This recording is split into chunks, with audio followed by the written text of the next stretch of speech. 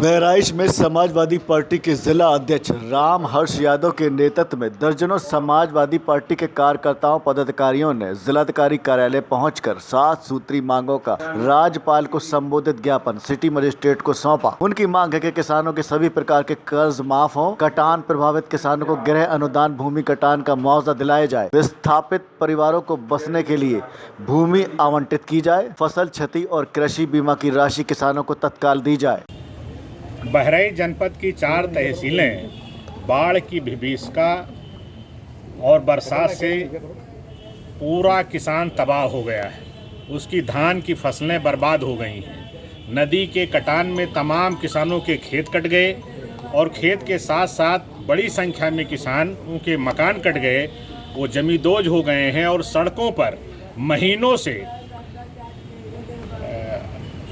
डेरा डाल करके सड़कों पर गुजर बसर कर रहे हैं छोटे छोटे बच्चों के साथ। उनके खाने के लाले पड़े हैं और आज तक सरकार ने उनको न बसने की कोई जगह दिया है, न उनको कोई खाने पीने का उनके कोई इंतज़ाम कराया है, न उनकी फसलों का नाश हुई फसलों का कोई मुआवजा दिया है।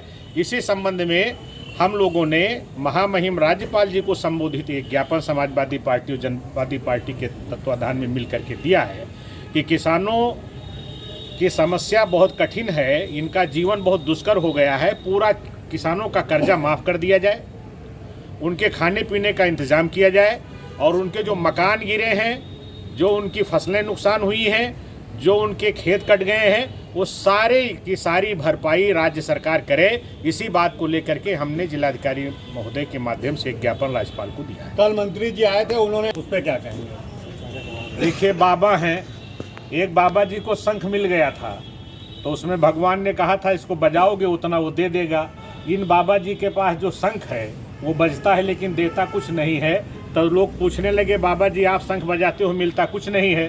तब बाबा जी ने कहा, इदम शंखम ना अस्ति, इदम बदाम ददाम ना, ये शंख वाला नहीं है, ये ढपोल शंख है, ये बजता है देता कुछ नहीं है। यही कितनी जनता बाढ़ क्षेत्र में? 4 तहसीलों में मैं समझता हूं कि कम से कम 10 लाख किसान प्रभावित हुई हैं। और इसके अलावा जहां नहीं बाढ़ आई है वहां भी इस बरसात की वजह से जो धान के खेतों में जलभराव की समस्या हुई है, सारा पका हुआ धान या कटा हुआ धान खेतों में लगा हुआ था, सारे जहां बाढ़ग्रस्त एरिया है वो तो पूरी तरीके से तबाह हो गया है।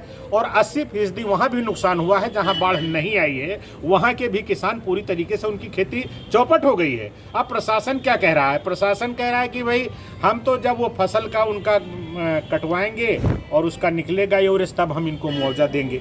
तो इस प्रकार तो आज भूखों मर रहा है आदमी। मुआवजा आप पता नहीं कब दोगे। 1 महीना पहले लोगों के मकान कट गए हैं, आज तक पैसा नहीं मिला है। समाजवादी सरकार में तीसरे दिन पैसा मिल जाता था इन सब चीज़ों का।